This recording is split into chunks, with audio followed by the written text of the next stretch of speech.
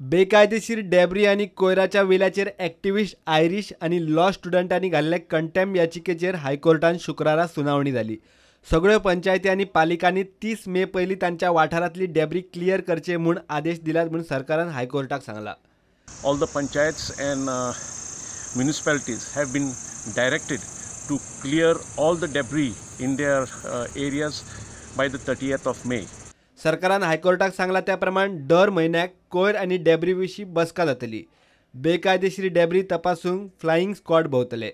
In continuation to the meeting conducted by the learned Advocate General on the 30th of April, such a meeting would be conducted every month to take stock of what action is being taken by the authorities to ensure that there is no debris along the roads. मजगती एकल्यान Merces bungalow बांदूंक परवानगी दिवची म्हूण घाल्ली याचिकाय कोर्टान निकाल दिनासतना दवरल्या। Bungalow बांदूंक मान्यताय दिवंक मेरशे पंचायतीक निर्देश दिवचे म्हूण ही याचिका आयिल्ली। कोर्टान बंगलेकार अर्जदाराची याचिका मान्य केली ना। माती बांदकामाचे डेब्रीचो खंय कसो विलो लायतले ते पयलीं सांगचे पडटले। ही माहिती मेळ्ळे मेरेन मेरशे पंचायत वाठारांत बांदकाम करूंक मेळचें ना।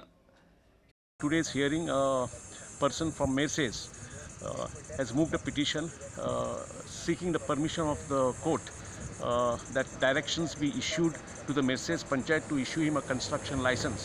The court has refused to give such directions until that person who is constructing that house at Merces gives a detailed affidavit as to how he plans to dispose the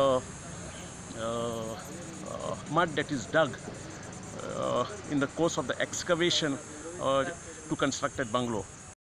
केस 5 जून मेरेन फुडें धुकल्ल्या।